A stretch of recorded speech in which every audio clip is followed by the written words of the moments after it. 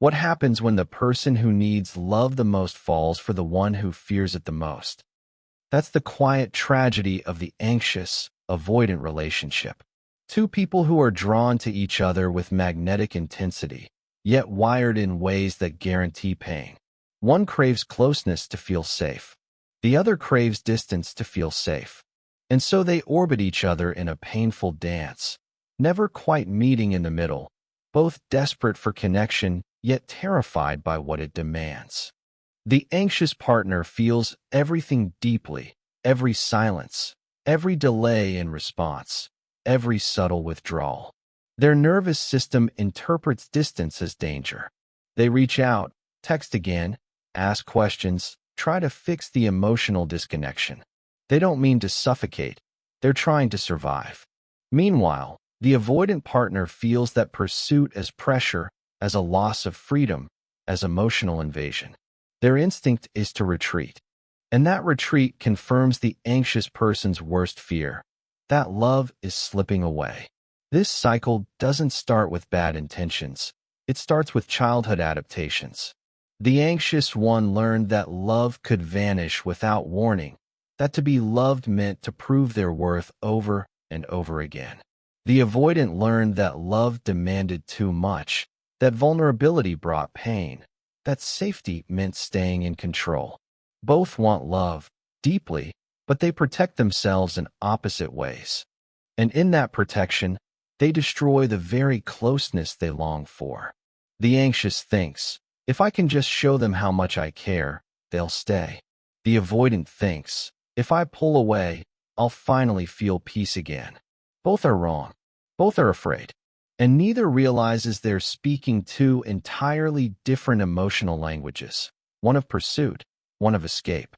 In this series, we'll explore the 10 mistakes that anxious and avoidant partners make, the subtle patterns that quietly ruin love, even when both people care.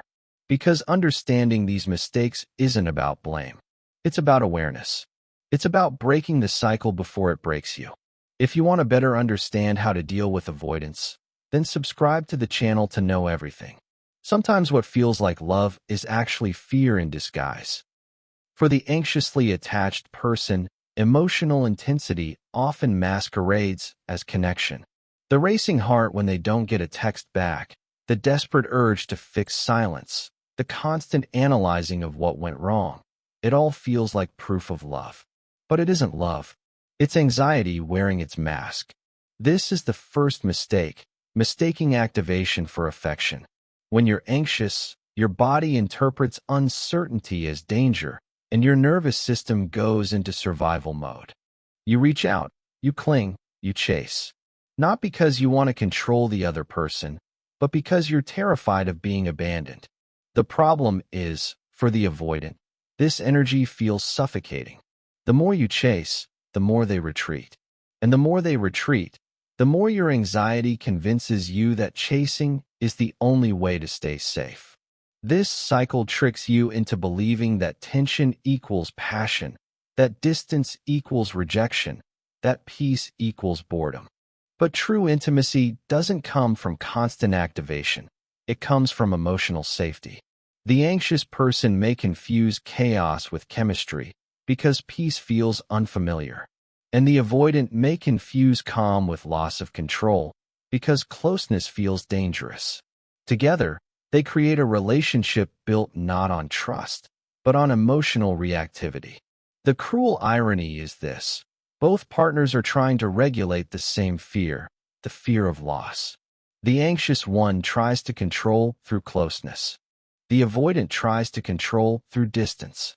Both mistake their protective behavior for love. But real intimacy requires something neither has learned to fully trust: stillness.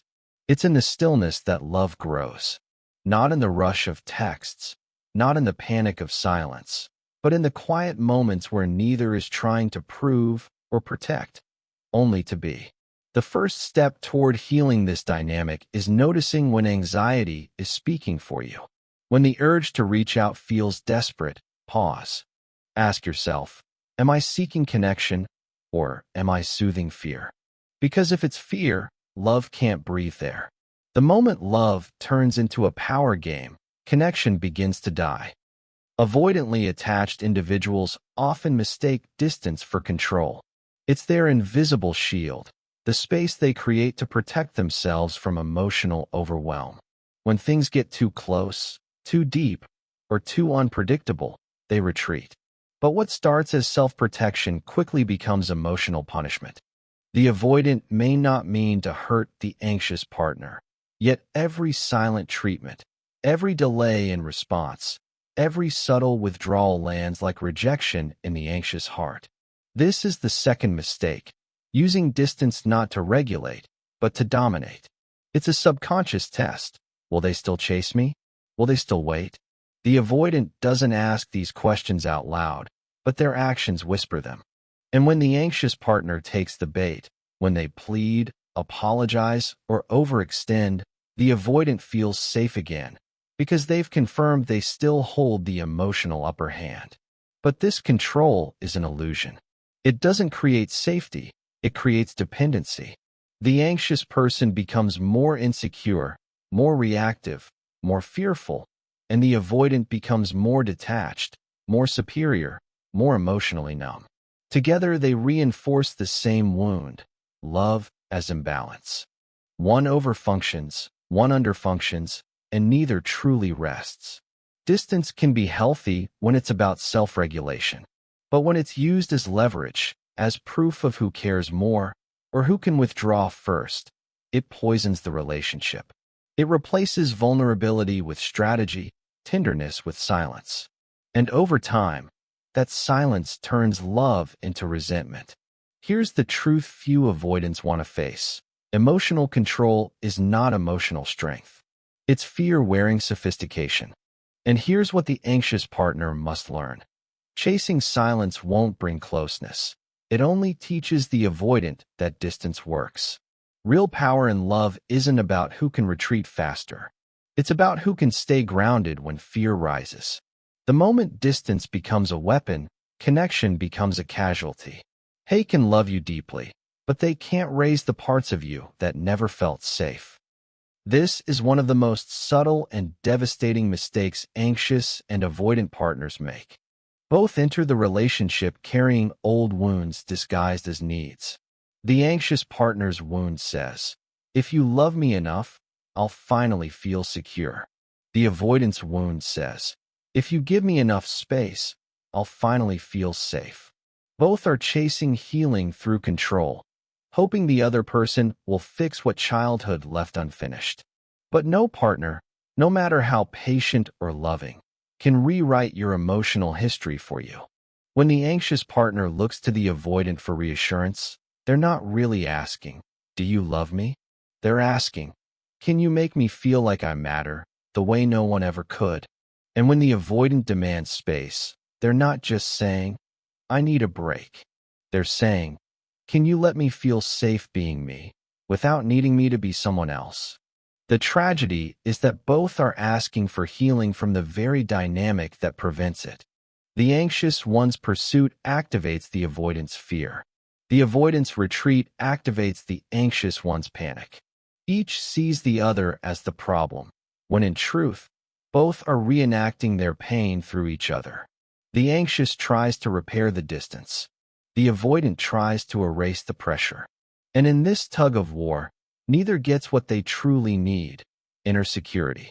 Healing starts the moment you stop asking your partner to be your medicine. The anxious must learn to sit with the ache of uncertainty without rushing to fill it. The avoidant must learn to tolerate closeness without retreating into silence. Both must stop outsourcing safety to each other and start building it within. Because love cannot heal a wound you refuse to claim. It can only mirror it until you finally see it clearly enough to heal it yourself. That's when connection stops being a battlefield and starts becoming a bridge. Being untouchable isn't strength, it's loneliness dressed as power. Avoidantly attached individuals often wear independence like armor. They pride themselves on self-reliance, on needing no one, on appearing unaffected. They'll say things like, "I'm fine on my own," or "I don't need anyone to make me happy." And while autonomy is healthy, what they're really protecting isn't freedom, it's fear. The fear of being seen, of being needed, of being hurt. They've confused emotional isolation with emotional mastery. This is the fourth mistake, believing that shutting down is the same as being strong. True strength isn't the absence of need. It's the courage to admit it. The avoidance independence often hides a quiet terror of dependence. Because dependence, in their mind, equals loss of self. They learned early that closeness could mean engulfment, that needing someone meant surrendering control. So they built walls, elegant, silent walls that look like self-sufficiency but feel like disconnection. Meanwhile, the anxious partner mistakes this stoic distance for rejection. They start to think, if they don't need me, I must not matter. So they overextend, giving, explaining, rescuing, hoping to be seen. But this only reinforces the avoidance fear that closeness is dangerous. The anxious one feels unwanted. The avoidant feels invaded. And both are exhausted by trying to prove opposite truths, that love must mean dependence or detachment. Emotional strength isn't about needing less. It's about connecting without losing yourself. It's the ability to say, I can stand on my own, but I still choose you. That choice, made freely and without fear, is what real intimacy looks like. Not forced closeness, not rigid independence, but balance. The kind of connection where you can breathe without disappearing. If the anxious partner can learn that peace doesn't mean abandonment, and the avoidant can learn that closeness doesn't mean control, they can finally meet where love actually lives, not in dependence or detachment, but in mutual emotional presence. Freedom isn't found in distance. It's found in being fully yourself while letting someone truly in. If it always hurts, it isn't passion, it's survival dressed as romance. Many anxious and avoidant couples live in a storm they mistake for love.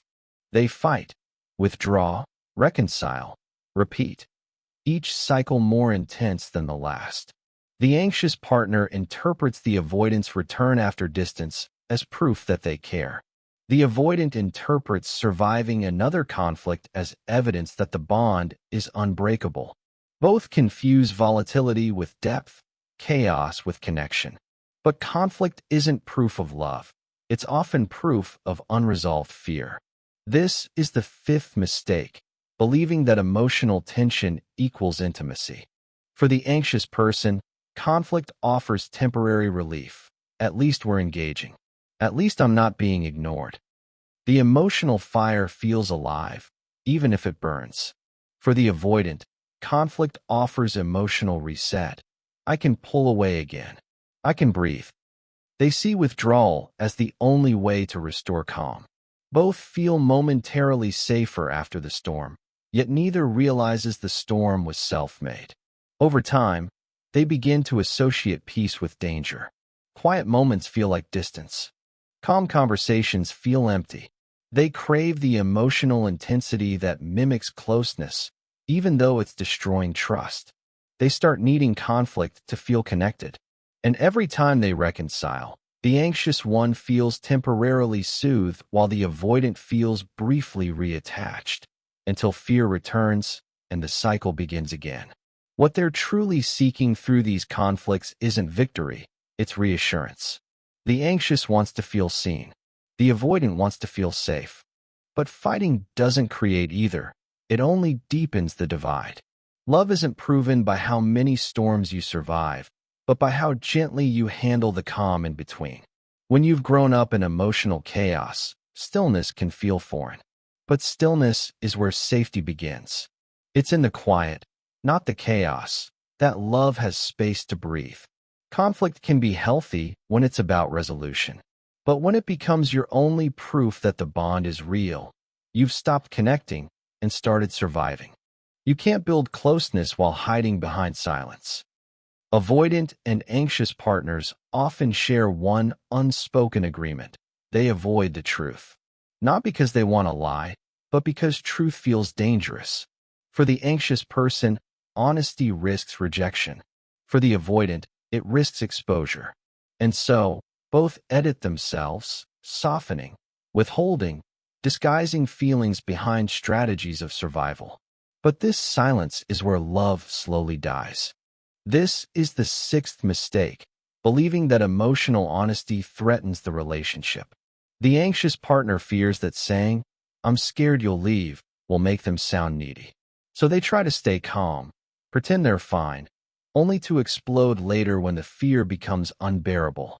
The avoidant fears that saying, "I need space," will sound cruel, so they pull away quietly, without explanation, leaving confusion and pain in their wake.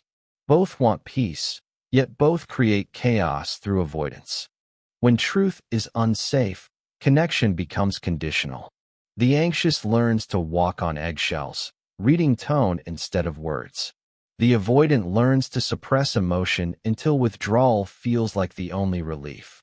The result is a relationship built on performance, not authenticity, one where both are managing each other instead of meeting each other. But honesty, though uncomfortable, is the only path to real intimacy. It's saying what's real before it becomes resentment. It's admitting, "I'm overwhelmed," instead of disappearing. It's confessing, "I need reassurance," instead of demanding proof. Emotional honesty is not a weapon, it's an offering. It says, "I trust you enough to let you see me without my armor." That's what heals the anxious person's fear of being too much and the avoidant's fear of being seen too deeply. Without honesty, love becomes guesswork, a cycle of decoding, overthinking, and pretending. With honesty, it becomes partnership, imperfect but real. Because only when both can speak their truth without fear does safety finally begin to replace strategy. If silence built your survival, words will build your freedom. What feels thrilling at first often turns into the very thing that breaks your heart. In anxious, avoidant relationships, the chase becomes the story. The anxious one chases to feel secure. The avoidant runs to feel safe. Together, they create a rhythm that feels like destiny, a pull and push so charged it feels impossible to walk away. Every text, every silence, every reconciliation becomes fuel for an emotional high that feels like passion. But what they're really experiencing isn't chemistry. It's trauma meeting familiarity. This is the seventh mistake, confusing pursuit with connection. The anxious person feels most alive in pursuit because it mirrors their earliest experience of love. Unpredictable, inconsistent, earned. They mistake that longing for depth. The avoidant feels validated by being desired, pursued, needed. But once caught, closeness triggers panic, and they retreat, resetting the chase. Both call it love, but it's addiction. The addiction to emotional unpredictability that keeps the nervous system hooked. The chase feels romantic because it carries illusion. The idea that if you can just win their love, the pain will end. But it never does. The anxious partner believes, once they stop pulling away, I'll feel safe. The avoidant believes, once they stop needing so much, I'll feel free. Both wait for the other to change instead of seeing the pattern for what it is, repetition, not resolution. The truth is, the chase is easy. It's the staying that's hard. Pursuit keeps the relationship exciting because it delays vulnerability. It gives both people something to do instead of something to feel. But love doesn't begin when the chase ends. It begins when both stop running. When the anxious one stops chasing and starts calming their own fear. When the avoidant stops withdrawing and starts facing their own discomfort. Only then can they meet not as hunter and runner, but as equals. What destroys love isn't that they can't find each other. It's that they don't know how to stop chasing long enough to stand still. Pulling away doesn't mean you're healing. It means you're hiding. When the anxious, avoidant dynamic becomes too painful, one or both partners eventually reach a breaking point. The avoidant retreats, often convincing themselves it's an act of self-care. They say they need space, clarity, peace. The anxious partner, in turn, might attempt to mirror that distance, calling it detachment or self-respect.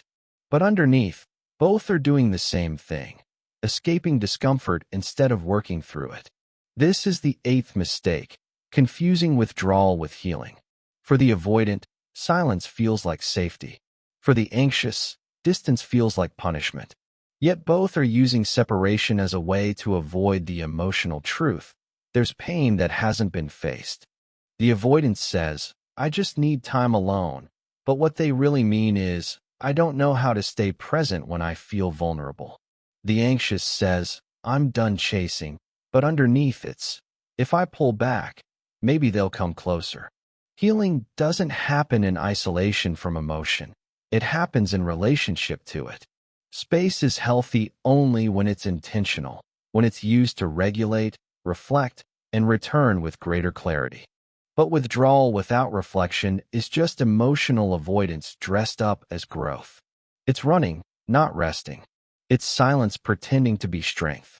True healing asks for discomfort. It requires staying with the ache long enough to understand it. It means sitting in your fear instead of fleeing it, learning to feel without reacting, to communicate without defending. The avoidant must realize that distance isn't peace when it's born of fear. The anxious must see that silence isn't strength when it's rooted in hope that someone will chase. Healing begins when withdrawal turns into awareness, when both can say, I'm not escaping you. I'm learning to stay with myself. That's when distance stops being a wall and becomes a doorway back to connection. Because real peace isn't found in absence. It's found in presence. The courage to face what you feel without running from it. Love is not enough when fear keeps running the relationship.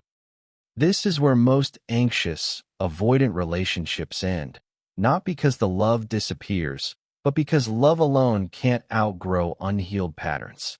The anxious says, if they loved me more, they'd stay. The avoidant says, if they loved me right, they'd give me space. Both are speaking from fear, not truth. Love is present, but it's trapped beneath layers of protection. It never gets to breathe freely. The ninth mistake is believing that love itself will fix what only self-awareness can. The anxious tries to love harder, thinking devotion can rewrite someone's attachment wounds. The avoidant tries to love quieter, believing distance can preserve harmony. But without growth, love becomes maintenance, keeping the relationship barely alive while both partners grow smaller inside it. Love without healing turns into repetition. The same fight, the same silence, the same ache dressed in new apologies. And that leads to the 10th mistake, forgetting to choose growth over comfort. Because growth feels unnatural at first. It asks the anxious one to do the unthinkable, sit with uncertainty without reaching for rescue. It asks the avoidant to do the unbearable, stay emotionally present even when it feels unsafe. Growth demands both to trade protection for vulnerability, to risk being seen, to risk being misunderstood, to risk being real. That's where healing begins. Love alone is the spark. Growth is the oxygen. Without it, the fire suffocates. The anxious must learn that security isn't earned through pursuit. The avoidant must learn that peace isn't found in retreat. Only then does the love between them stop being a battlefield and start becoming a sanctuary. You don't heal by finding a partner who never triggers you. You heal by learning how to respond to the trigger differently. By choosing awareness instead of reaction, compassion instead of defense. Love that grows is love that listens, not just to the other, but to the wounded child inside each of you who's been asking for safety all along. In the end, the anxious, avoidant dynamic isn't doomed. It's simply unhealed. And healing isn't found in distance, control, or endless analysis. It's found in presence, patience, and the quiet courage to stay open, even when it hurts. If this message resonates with you, share it. Someone else might need to hear it. Subscribe to the channel, leave a comment about your story, and let's keep unlearning the fear that keeps love small.